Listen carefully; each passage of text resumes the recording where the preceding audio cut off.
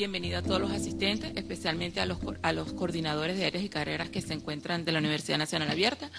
Igualmente queremos dar la bienvenida a los docentes de algunas instituciones educativas que fueron convocados e invitados para la mañana de hoy a esta interesante conferencia que lleva por título Conocer el desarrollo humano para enseñar oportunamente. Hoy estamos reunidos, como acaba de decir la moderadora, en el marco de una actividad de la línea de investigación en educación inicial. Fue organizada conjuntamente entre la mención preescolar y el componente docente, con la finalidad de articular ambas áreas de conocimientos. Nosotras desde el área de conocimiento de la educación inicial y el componente docente desde la psicología. Entonces nos estamos apoyando en este sentido. La finalidad de esta actividad es bajo los preceptos de la educación como un desarrollo continuo que debe llevar al desarrollo del ser humano de manera continua, desde incluso la concepción. Bueno, pues estamos realizando esta actividad.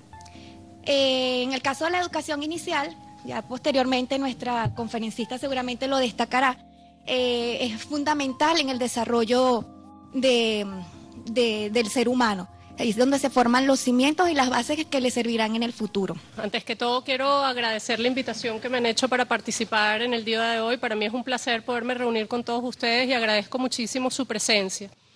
Vamos a conversar hoy acerca de neurociencias y educación. Y para poder adentrarnos en el tema, a mí me gustaría comenzar por definir un poco lo que es la especialidad de las neurociencias. Para ello, quisiera comenzar con una descripción histórica. No se asusten, no los quiero torturar con 5.000 años de historia, pero sí quisiera como puntualizar hitos muy relevantes para comprender cómo se llega a lo que es la concepción actual en neurociencias. Fíjense, en el siglo V a.C., ya Hipócrates señaló que el cerebro era el director del espíritu. Es decir, que de alguna manera colocó en este órgano la esencia de lo que es el ser humano. Hizo una descripción magistral en su texto La enfermedad sagrada. Quiero que se ubiquen en el siglo V a.C. y escuchen esta descripción. Él dice: los hombres deben saber que de ningún otro lado, sino de aquí, del cerebro, provienen las alegrías, las delicias, las risas, las diversiones y los pesares, tristezas, desesperanzas, lamentaciones, y por él, de un modo especial, adquirimos la sabiduría y el conocimiento, y por el mismo órgano nos volvemos locos y delirantes.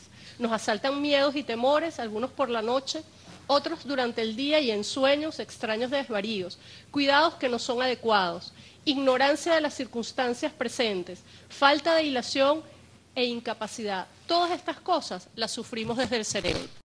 Es decir, creo que no puede haber una descripción más completa que la que hace él en este momento, cuando el conocimiento sobre el cerebro era realmente escaso. Posteriormente, en el siglo II, después de Cristo, Galeno establece un esquema de cómo funciona el cerebro y decía que el cerebro estaba constituido por 3 ventrículos a través de los cuales pasaban los fluidos.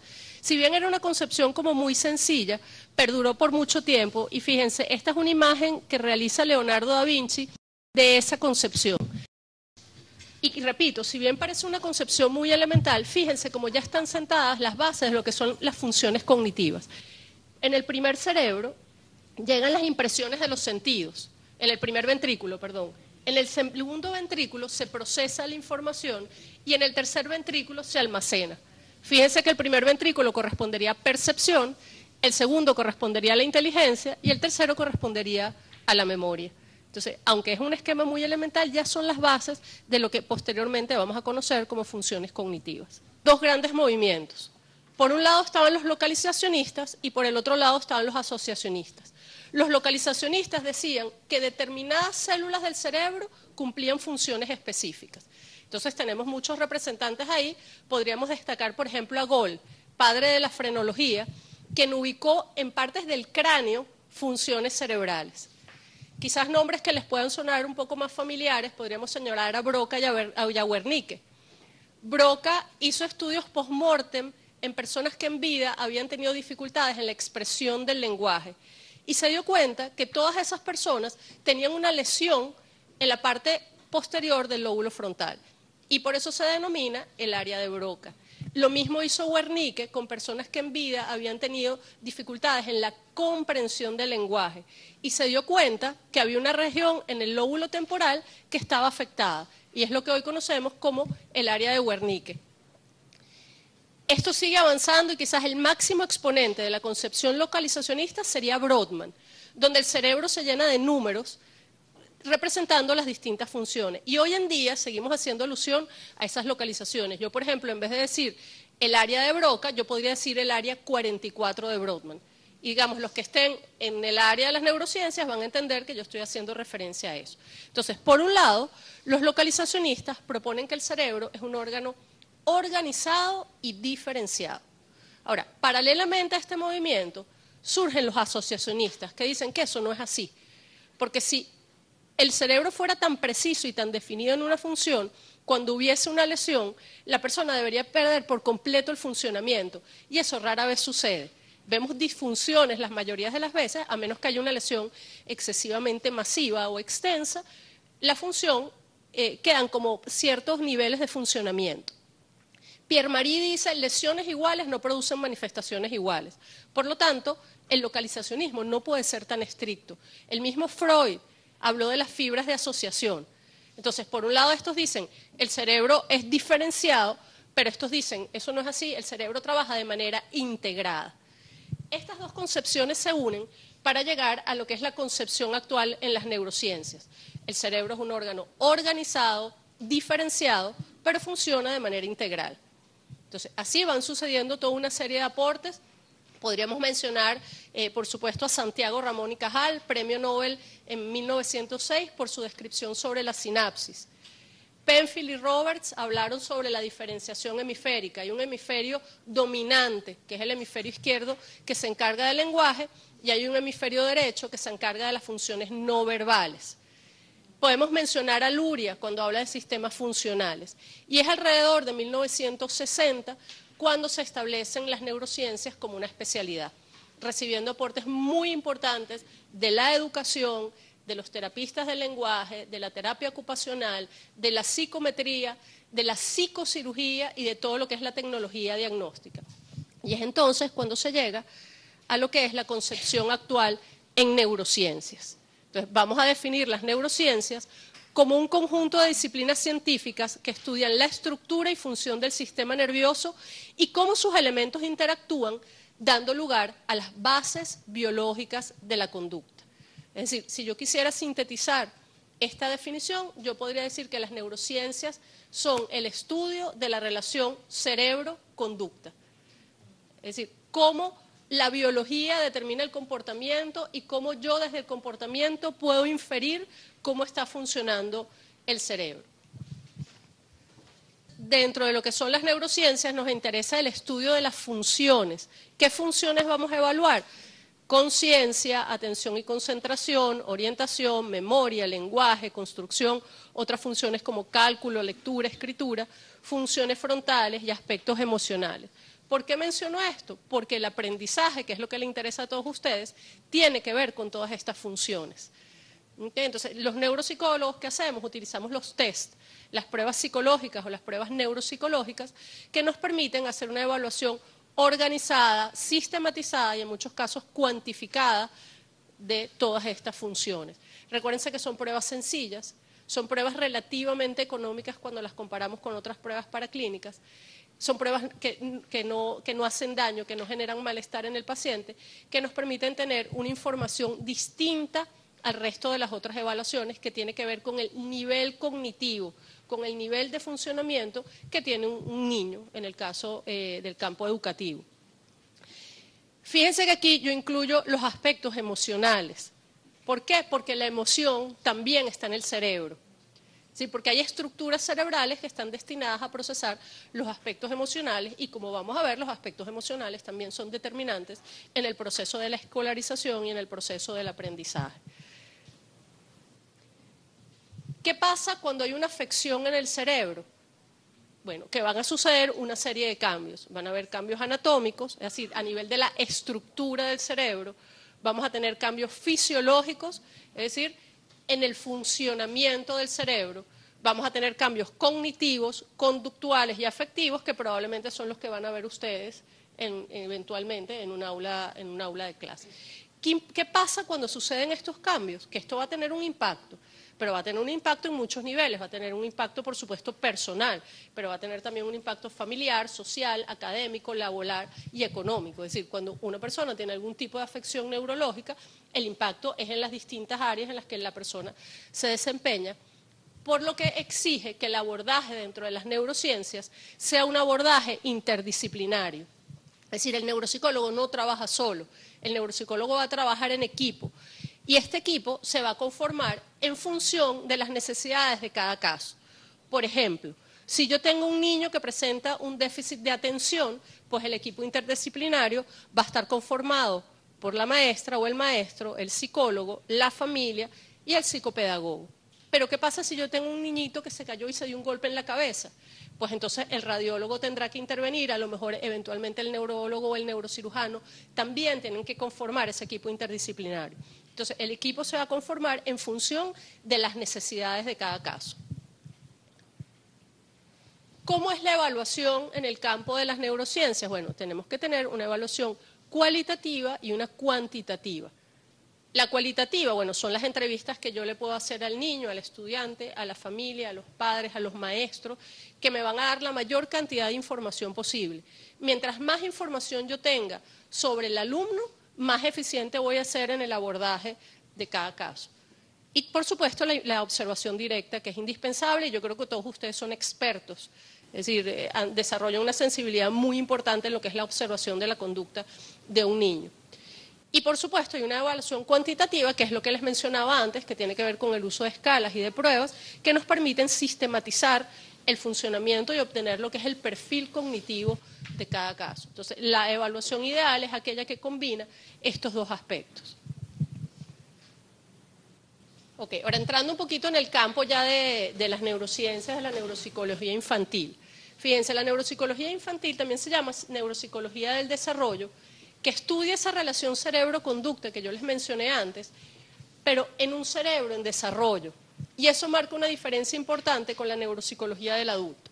Es decir, las neurociencias surgen a partir del estudio de los adultos, e inicialmente lo que se hacía era extrapolar el conocimiento del adulto al niño. Y recientemente se han dado cuenta que eso es un error, porque el cerebro del niño no es igual, no es equivalente al cerebro del adulto.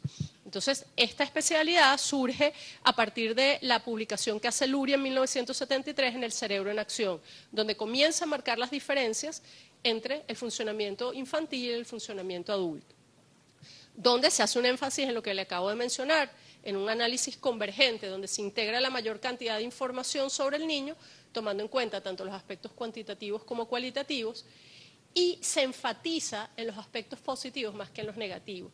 Y aquí quiero hacer énfasis, es decir, uno con muchísima frecuencia recibe referencias donde dice, el niñito se porta muy mal, el niñito no hace caso, el niñito es disruptivo, los cuadernos del niñito son muy feos y muy desorganizados. Pero ¿qué tiene este niño de bueno? ¿Dónde están las potencialidades de este niño? Y hay que comenzar y hay que aprender a destacar los aspectos positivos, porque el trabajo se basa sobre las fortalezas y no sobre las debilidades.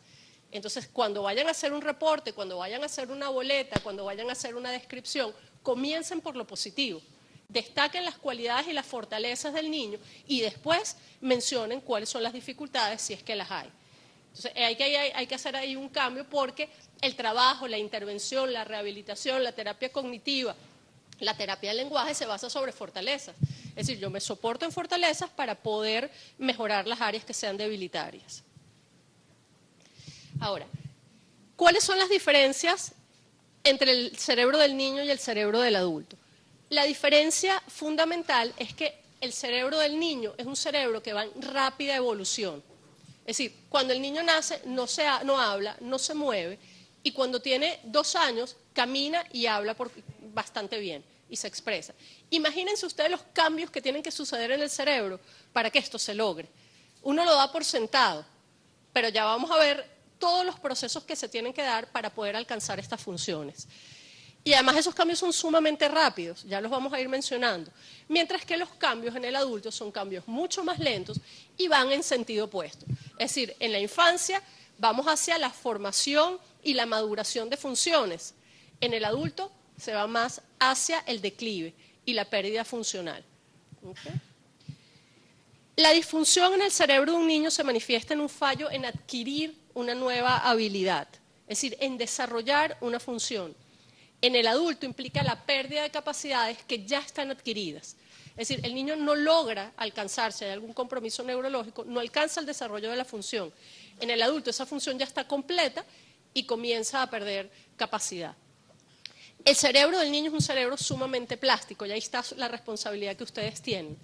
Es decir, el cerebro del niño es una plastilina que nosotros podemos moldear. Y ahí está la responsabilidad gigante del docente de poder alcanzar el máximo potencial de desarrollo en un niño.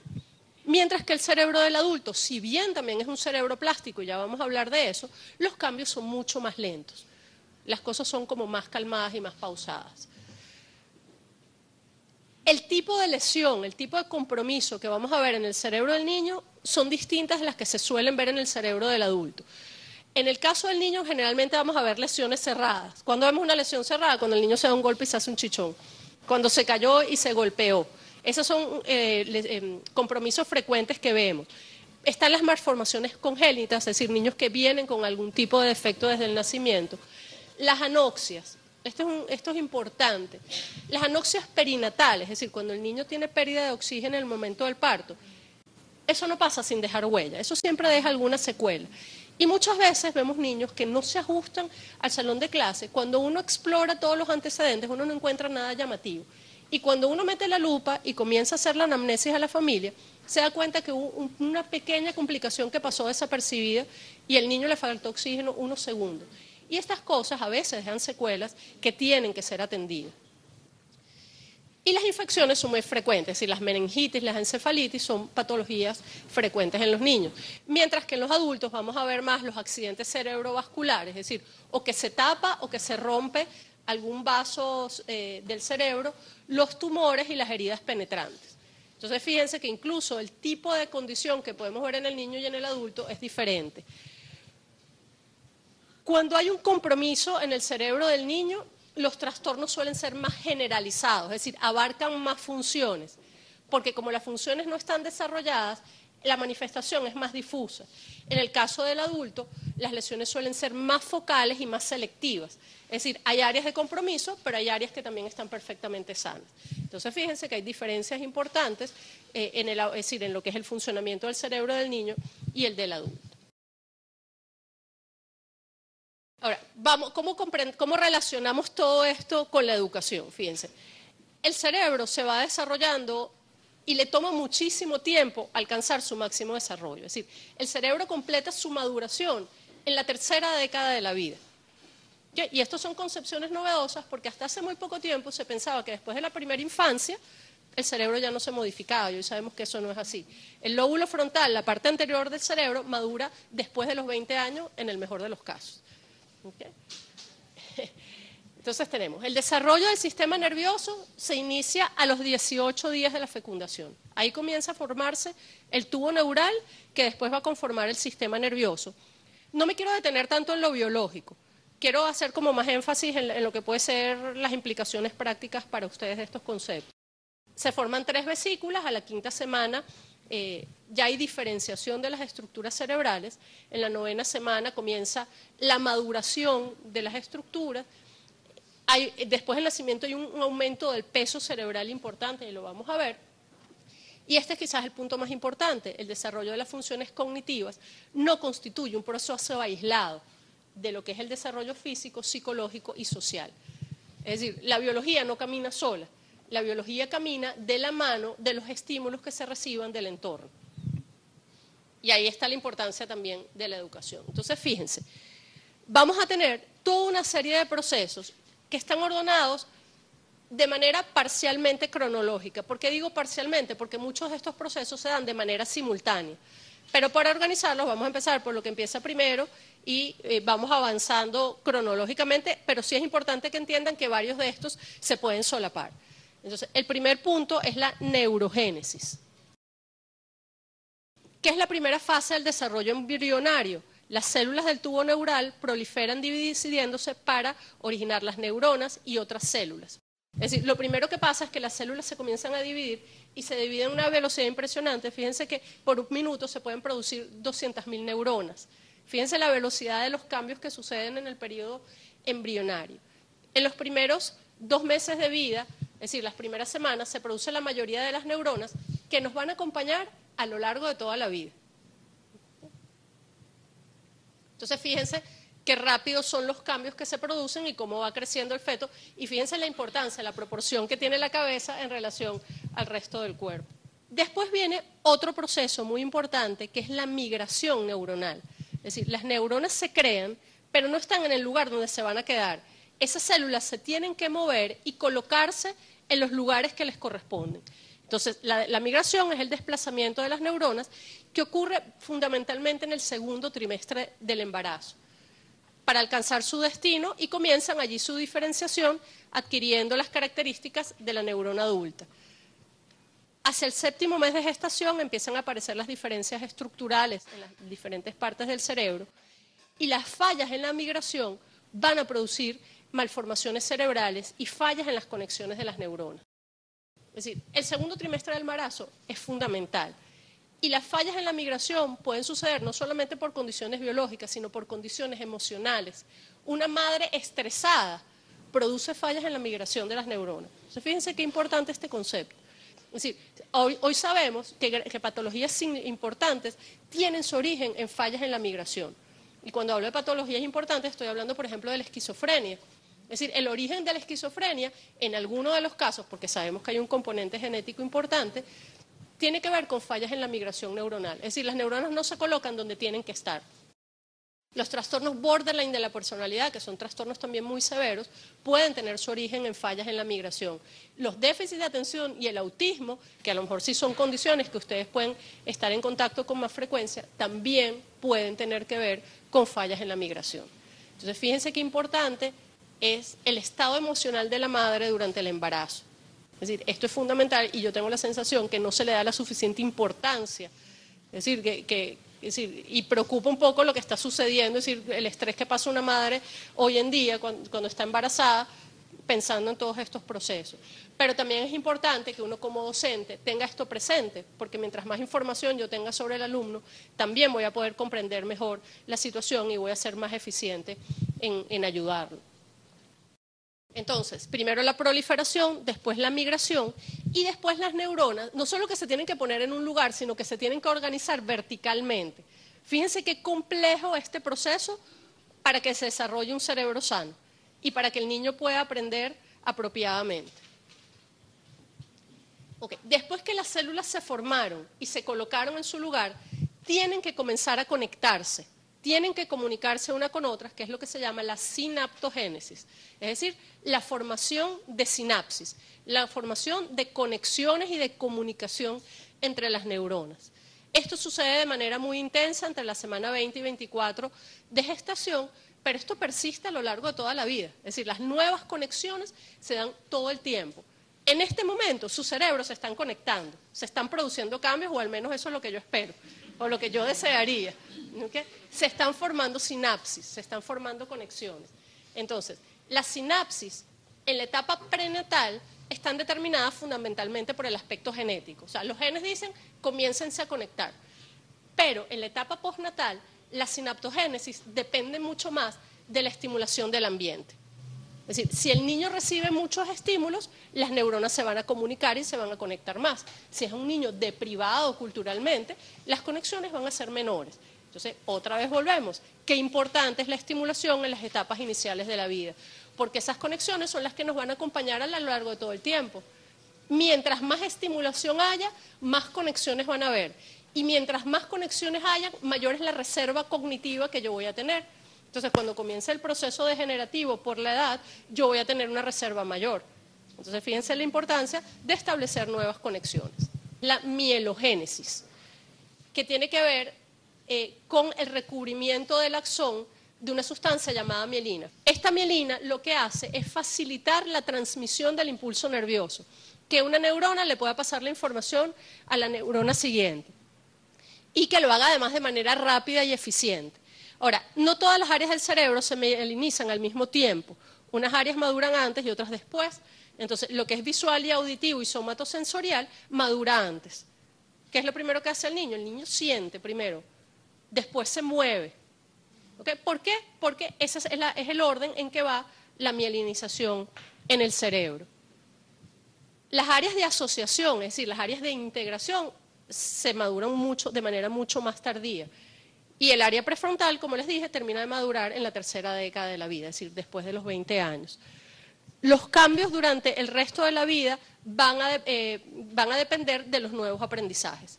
Es decir, si hay estimulación, se mielinizan las fibras, si no hay estimulación, no se mielinizan. ¿Cuál es la importancia de esto? Que si el cerebro no está mielinizado, si las áreas que yo requiero para un aprendizaje no están maduras, el aprendizaje no se logra.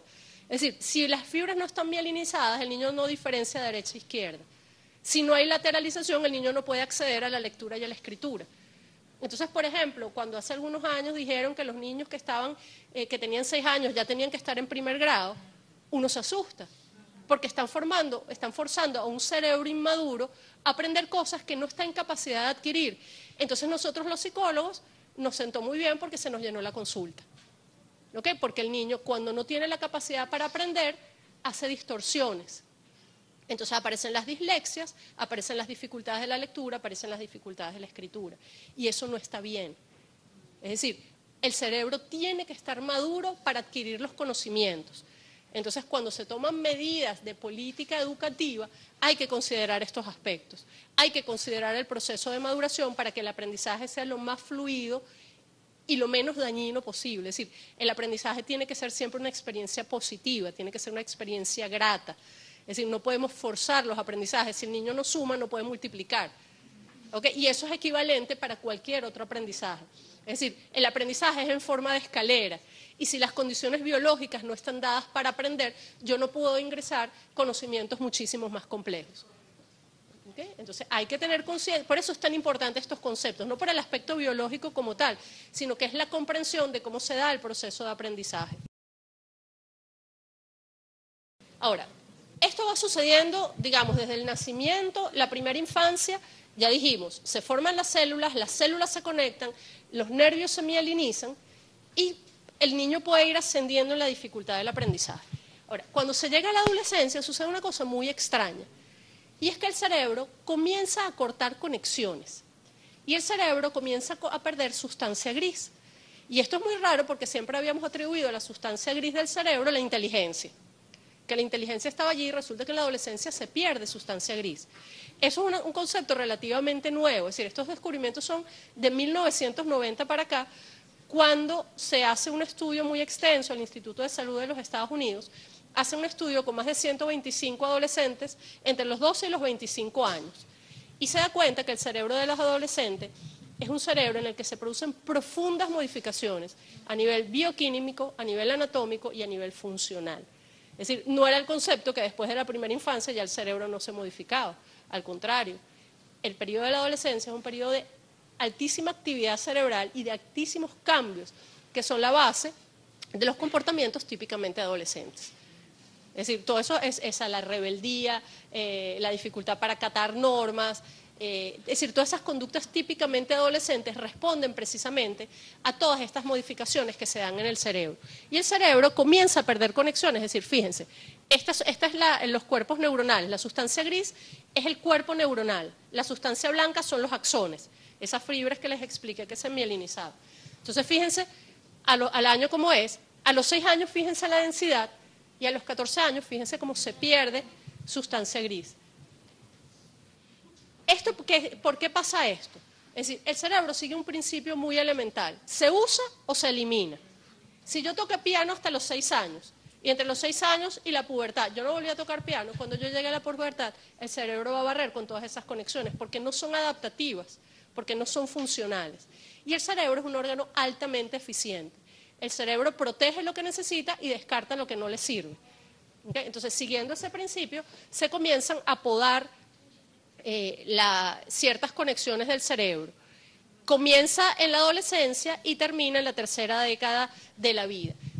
Entonces, el cerebro del adolescente es un cerebro que está en remodelación para garantizar la eficiencia. Descarto lo que no uso, me quedo con lo que uso, y el énfasis está en la comunicación del cerebro. Se privilegia la comunicación. Y eso es lo que da acceso a las funciones cognitivas de más alto nivel. Seguramente ustedes estudiaron a Piaget en sus carreras, cuando Piaget hablaba del periodo de las operaciones formales. yo no puedo llegar a las operaciones formales si mi cerebro no está conectado. Yo puedo hablar, yo puedo percibir, yo puedo escribir, yo puedo leer, pero para llegar al razonamiento yo tengo que integrar todas esas funciones, y esa integración solamente se va a lograr en la adolescencia cuando el cerebro se comience a comunicar entre sí, cuando ya las funciones no estén de manera aislada. Entonces, fíjense qué importante este proceso. Yo no puedo llegar a la abstracción si el cerebro no ha madurado. Entonces, por eso el cerebro descarta lo que no le sirve, se queda con lo que sirve, hay un ahorro en el consumo de glucosa, hay un ahorro en el consumo de oxígeno, y el cerebro se hace aún mucho más eficiente. Y ese proceso se da durante la adolescencia. Entonces, el cerebro del adolescente es un cerebro altamente plástico, contrario a lo que hasta hace muy poco tiempo se pensaba, que ya el cerebro no se modificaba. Eso no es así. El cerebro se continúa modificando durante la adolescencia. Entonces, fíjense que en la adolescencia predominan dos de los mecanismos que habíamos mencionado en la primera diapositiva, la poda y la mielinización. La poda y la mielinización están determinadas biológicamente. Es decir, cuando se llega a la pubertad y se disparan todas las hormonas, el cerebro sabe que tiene que podar y tiene que mielinizar. Ahora, ¿qué se poda y qué se mieliniza? Depende de la experiencia. ¿Okay? Y por eso el cerebro del adolescente es un cerebro plástico. Lo que yo uso lo voy a preservar, lo que yo no uso lo descarto. Y eso depende de la estimulación que tenga cada individuo, es decir, la experiencia de cada niño es totalmente diferente, y eso es lo que va a determinar estos cambios que se dan en la adolescencia. Entonces, si yo a través de la educación puedo estimular ese cerebro, voy a producir mayores conexiones y voy a dar el acceso a las funciones cognitivas de más alto nivel, como es el razonamiento, como es la abstracción, como es el automonitoreo, la autorregulación, que son capacidades que solamente se van a alcanzar en la adolescencia. Entonces, resumiendo un poco lo que hemos dicho, el cerebro va incrementando su peso. Cuando el niño nace, el cerebro pesa el 25% de lo que va a ser su peso total. A los 6 meses pesa el 50%, a los 2 años el 75%, y en el adulto el cerebro llega a pesar entre 1,3 kg, 1,5 kg. Pero fíjense la velocidad de los cambios en los primeros meses de vida. La maduración sigue secuencias jerárquicas, es decir, las regiones motoras y sensoriales maduran antes que las áreas asociativas. La asimetría del cerebro es un signo de maduración. Siempre decimos que el hemisferio izquierdo es el hemisferio dominante para el lenguaje. Es el que se encarga de procesar todos los aspectos verbales. Pero el hemisferio izquierdo no se hace dominante hasta los 2 años de vida. ¿Qué quiere decir eso? Que el hemisferio derecho es el dominante en los 2 primeros años de vida. ¿Y qué quiere decir eso? Que los aspectos emocionales son muy importantes durante los 2 primeros años de vida.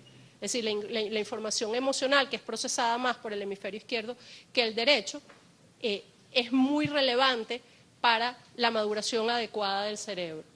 Y las diferencias de género es otro concepto muy importante. Ustedes que están en contacto con niños con frecuencia se darán cuenta que el aprendizaje de las niñas y de los varones son diferentes. Es decir, la niña siempre va a tener, por si les queda alguna duda, mayor predominio en las funciones verbales, mientras que los varoncitos tienen mucho mayor facilidad para los aspectos visoespaciales.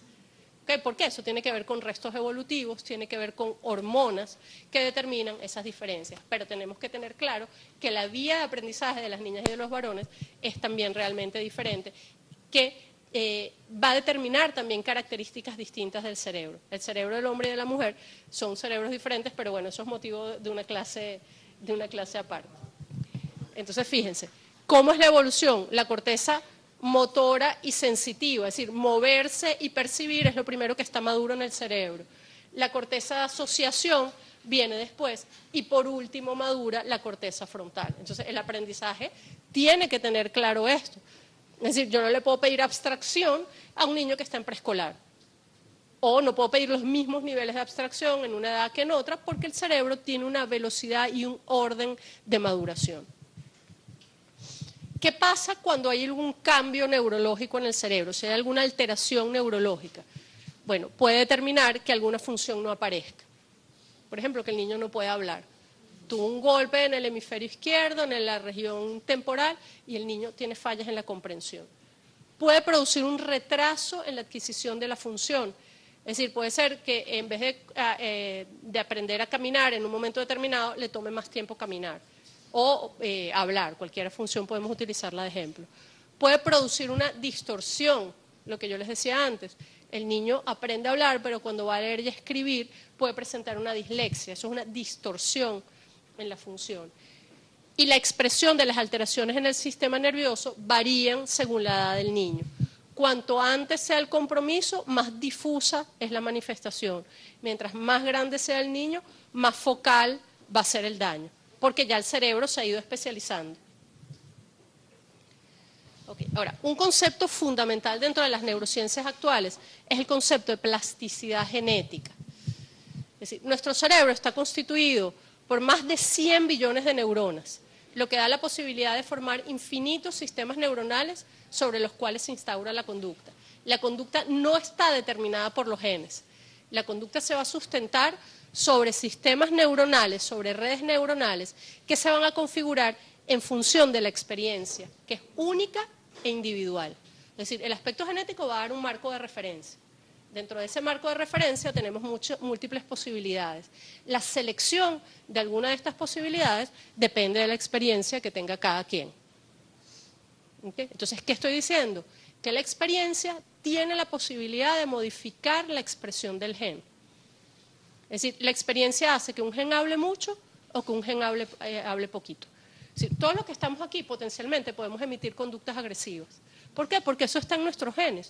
Es decir, es un resto evolutivo, fue necesario para sobrevivir evolutivamente y todos tenemos en nuestros genes la posibilidad de ser agresivos.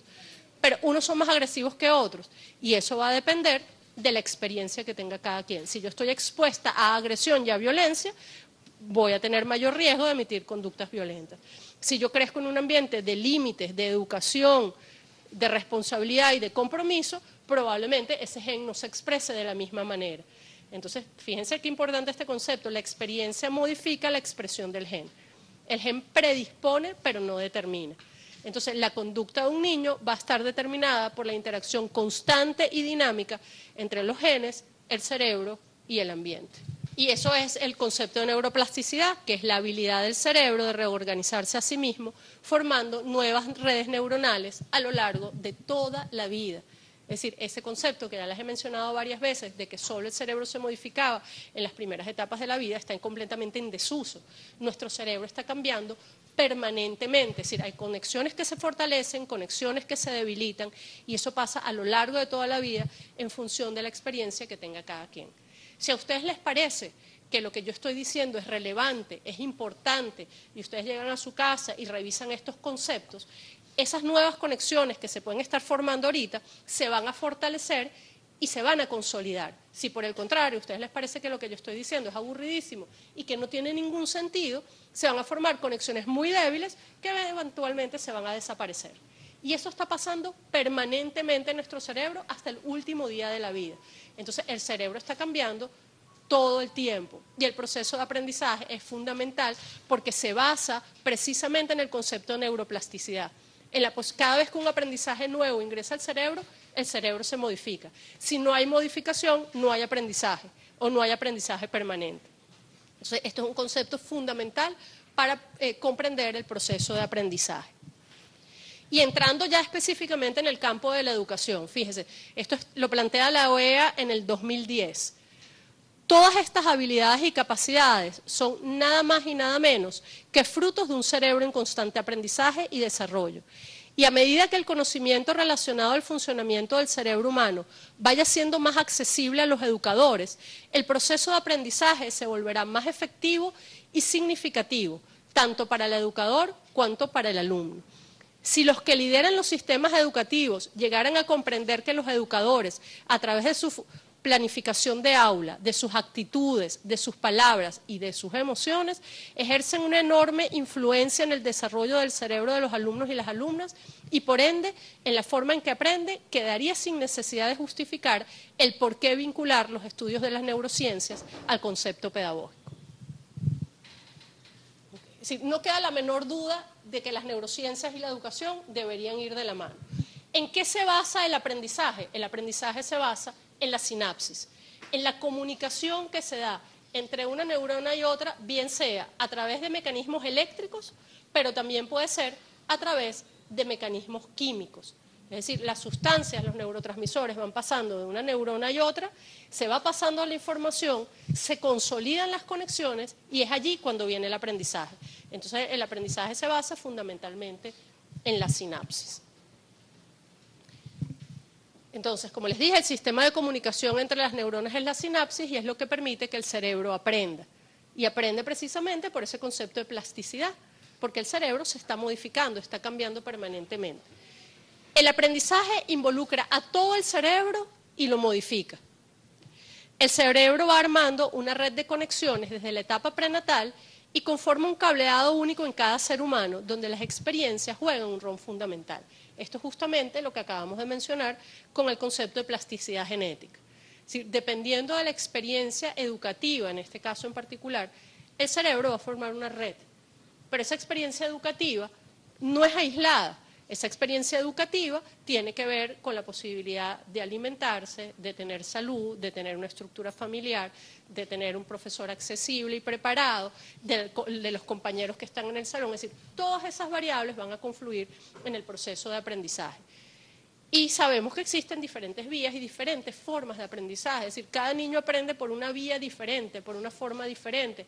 Hay niños que son más visuales, hay niños que son más auditivos, hay niños que necesitan la parte del tacto, por ejemplo, para incorporar el aprendizaje, y todas esas variables deberían estar incluidas. La capacidad del cerebro para guardar información es ilimitada, es decir, al cerebro le cabe toda la información que quiere, ¿okay? Y es maleable a través de los diferentes sistemas de la memoria. Es decir, la memoria es una función sumamente compleja y es Eric Kandel, que fue merecedor del Premio Nobel en el año 2000, quien define y aclara cómo funciona la memoria. Y hoy sabemos que no existe la memoria, sino que existen diferentes tipos de memoria. Y todos esos sistemas se van a involucrar en el proceso del aprendizaje. Y por eso la capacidad es ilimitada, es decir, hay como muchos archivos donde nosotros podemos guardar la información dependiendo de la característica del contenido que yo quiera guardar. El proceso de desarrollo cerebral es gradual y por ello el aprendizaje debe ir de lo más simple a lo más complejo, de lo más concreto a lo más abstracto. Ya lo mencionábamos antes. El aprendizaje es en forma de escalera. Si yo no tengo los cimientos, yo no puedo montar el piso siguiente. Si yo no aprendo a sumar, yo no puedo aprender a multiplicar. Si yo no puedo multiplicar, entonces, bueno, ya raíces cuadradas, matrices y todas estas cosas, derivadas integrales, yo no puedo acceder a eso. Pero yo no puedo acceder a derivadas y a integrales si mi lóbulo frontal no está maduro y yo no tengo capacidad de abstracción. Entonces, todo el proceso de aprendizaje tiene que ir desde lo más elemental a lo más complejo. Si yo me salto un paso, va a quedar un hueco en el aprendizaje y yo sé que eso va a tener consecuencias posteriores. Focalizar la atención mejora el aprendizaje. Es decir, el docente tiene que hacer lo posible para captar la atención de los niños. Cuando el niño atiende, los núcleos de la base del cerebro se encienden y es allí cuando hay la posibilidad del aprendizaje. ¿Okay? Entonces hay que buscar estrategias para mantener activos a los niños durante el salón. Si yo veo que la gente se me está durmiendo y veo que hay aburrimiento, tengo que buscar la estrategia para llamar la atención, porque si no yo sé que la información que yo estoy diciendo no va a llegar. El docente tiene que hacer eso en la clase, porque si no hay atención, no hay aprendizaje. Recuérdense que la atención es el paso previo a cualquier otro procesamiento. Es importante el refuerzo para consolidar los cambios. ¿Okay? Y esto es un concepto importante.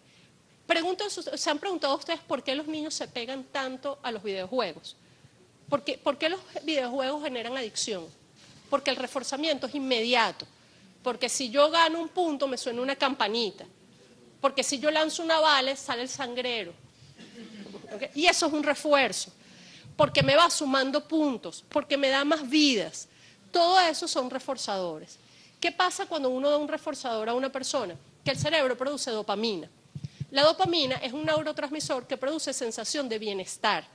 Cuando la gente se enamora, el cerebro produce dopamina. Cuando la gente consume drogas, el cerebro produce dopamina. Y por eso se produce la adicción, porque hay una sensación de bienestar. Pero la dopamina tiene una doble función, que por un lado genera sensación de bienestar, pero por otro lado consolida las uniones neuronales. Es decir, consolida la sinapsis. Entonces, cuando yo refuerzo una conducta, hago que ese nuevo aprendizaje se consolide y tenga la posibilidad de acceder a un aprendizaje más complicado y más sofisticado. Entonces, reforzar el comportamiento de un niño es muy importante. La carita feliz es muy importante, la calcomanía es muy importante, la estrellita es muy importante. Y uno no puede reforzar cuando ya la conducta se completó. Uno tiene que ir reforzando el proceso. Eso es como cuando un paciente tiene un ACV, que pierde la movilidad, por ejemplo, de un hemicuerpo. Yo no puedo esperar a reforzar cuando haga esto y tome agua. Yo tengo que reforzar cuando el paciente hace esto, para que este movimiento se consolide y después pueda hacer esto. Refuerzo para que después pueda hacer esto. Lo mismo es equivalente para el proceso de aprendizaje escolar. Yo tengo que ir reforzando pequeñas conductas. Si yo espero reforzar cuando ya la conducta esté completa, a lo mejor el niño no tiene la motivación para aprender. Entonces, el refuerzo es importante y en incremento, de lo más sencillo a lo más complejo. El trabajo que se concentra en poco tiempo es más eficiente que el que es prolongado. Es decir, si yo quiero que el niño aprenda algo, yo tengo que hacer un aprendizaje de inmersión. Es decir, que cuando yo esté dando una materia hablo de ese tema y cuando estoy hablando de la otra materia también trato de integrar ese tema. Cuando hay como un aprendizaje intensivo es mucho más eficiente que si yo doy un contenido y espero una semana para poder volver a hablar del tema. En esa semana las conexiones se debilitaron. Es decir, yo tengo que mantener las conexiones que formé a través de la repetición de la información. La repetición es importante para consolidar el aprendizaje, ¿ok? Porque voy consolidando precisamente esas conexiones que se están formando. El otro punto muy importante es aprendizaje y emoción, ya lo había mencionado antes. La emoción matiza el funcionamiento cerebral. La emoción es un modulador del recuerdo. Cahill es un investigador que hizo un estudio donde ponía a personas a aprender. A un grupo control los ponía a aprender sin ningún tipo de intervención y otro grupo les inyectaba adrenalina. Recuérdense que la adrenalina es una sustancia que se dispara cuando tenemos una emoción, o cuando estamos muy contentos o cuando nos asustamos. Cuando uno aprende con emoción, el recuerdo se fija. Aquellas personas a las que se les inyectó la adrenalina habían aprendido más que aquellas del grupo control. Entonces, claro, uno no les puede inyectar adrenalina a los niños, pero uno sí les puede hacer mover la adrenalina con los estímulos que uno dé en clase. Es decir, la clase tiene que ser estimulante, la clase tiene que ser emocionante, tiene que haber afecto positivo durante la clase. Es decir, es mucho más importante en las primeras etapas del desarrollo la emoción que el contenido cognitivo. Es decir, un cerebro que se desarrolla en un ambiente emocionalmente sano está mucho más presto y dispuesto para aprender. Entonces, los estímulos emocionales interactúan con las habilidades cognitivas y pueden afectar la capacidad de razonamiento, de toma de decisiones, de memoria, de actitud, de disposición para el aprendizaje. Alto nivel de estrés provoca un impacto negativo en el aprendizaje. Cambia el cerebro y afecta las habilidades cognitivas, sociales, emocionales, perceptivas. Cuando una persona está sometida a estrés, el cerebro libera una sustancia, que son los corticosteroides. Si yo me estreso, esa sustancia se libera, pero cuando yo me tranquilizo, esa sustancia baja el nivel y el cerebro sigue funcionando normal. Pero si yo tengo estrés permanente, esa sustancia se está liberando permanentemente, se convierte en una sustancia tóxica para el cerebro. Y la diana principal de esa sustancia está en el hipocampo. El hipocampo es una estructura que está en la región medial del lóbulo temporal, como en la cara interna del cerebro, y es una estructura que es muy importante para la memoria y para el aprendizaje precisamente. Por ejemplo, hay estudios que muestran que sobrevivientes del Holocausto mostraban atrofia de esa área del hipocampo por el sometimiento continuo y prolongado a estrés.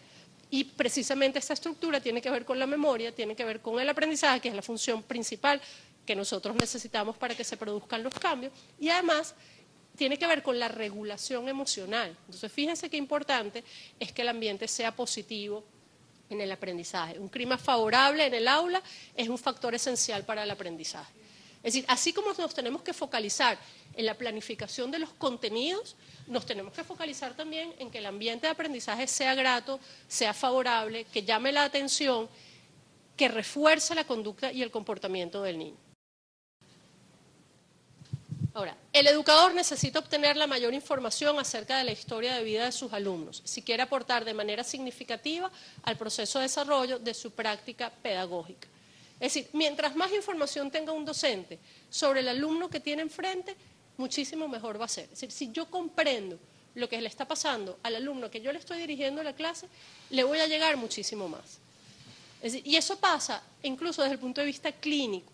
Cuando una mamá viene con un niño que viene obstinada porque el niño es muy tremendo, porque no le hace caso, que es un desordenado, y uno le explica, lo que está pasando es que este niño tiene un cerebrito que no está funcionando de manera adecuada. Este no es un niño que se porta mal porque quiere, sino porque no tiene control de su conducta. La conducta del padre se modifica. Es decir, cuando el padre comprende qué es lo que está pasando, el abordaje hacia el niño es muchísimo mejor. Y eso le pasa al docente también. Cuando el docente comprende cuál es la vivencia de cada uno de sus alumnos, es muchísimo más cercano y comprende mucho mejor, y por lo tanto el proceso de aprendizaje también va a ser más efectivo. Entonces tenemos que tomarnos el tiempo de conocer un poco la historia de cada uno de los niños. Yo sé que me van a decir, bueno, pero hay salones que tienen 45 niños, ¿cómo hace uno? Bueno, por lo menos uno tiene que focalizar en aquellos niños que tienen mayores necesidades, porque siempre en los salones suelen ser muy heterogéneos. Es decir, hay niños que marchan solitos y hay niños que requieren mucha atención. Entonces, al menos en aquellos casos, tomarse el tiempo de conocer un poco cuáles son las características que rodean a ese niño. ¿En qué aportan las neurociencias a la educación? Bueno, las neurociencias han incrementado la comprensión de los procesos cognitivos que son fundamentales para la educación. Es decir, todo esto que hemos mencionado. Desarrollo de estrategias didácticas apropiadas, es decir, si yo comprendo cómo funciona el cerebro, yo puedo desarrollar estrategias más específicas para que ingrese la información de manera apropiada. Permite también la detección temprana de niños con necesidades educativas especiales. Es lo que les acabo de mencionar, si yo puedo comprender qué es lo que hace que un niño se comporte de una determinada manera, yo voy a poder ayudarlo mucho mejor. Y además, permite la comprensión de las diferencias individuales. Ustedes pueden tener dos niños con las mismas notas, con el mismo promedio, pero un niño puede ser homogéneo en su comportamiento, es decir, el niño tiene 16 porque tiene 16, 15, 16, 15, 16, 15. Pero ustedes pueden tener un niño que tenga promedio de 16 y tiene 20 y 10, ¿okay? Y tiene 18 y 12. Esos son niños completamente diferentes, aunque su promedio sea exactamente igual. Y yo tengo que comprender qué es lo que está pasando detrás de cada niño y por qué ese perfil tiene esas características. Entonces, la neurociencia permite también entender por qué se dan esas diferencias individuales. Ya para concluir, les leo esta frase de Leslie Hart. Por primera vez en la historia de la humanidad, tenemos a mano el medio para realizar un verdadero cambio en educación. Es un vasto y nuevo acercamiento que se asienta en una base de conocimientos científicos. La educación compatible con el cerebro. Muchas gracias.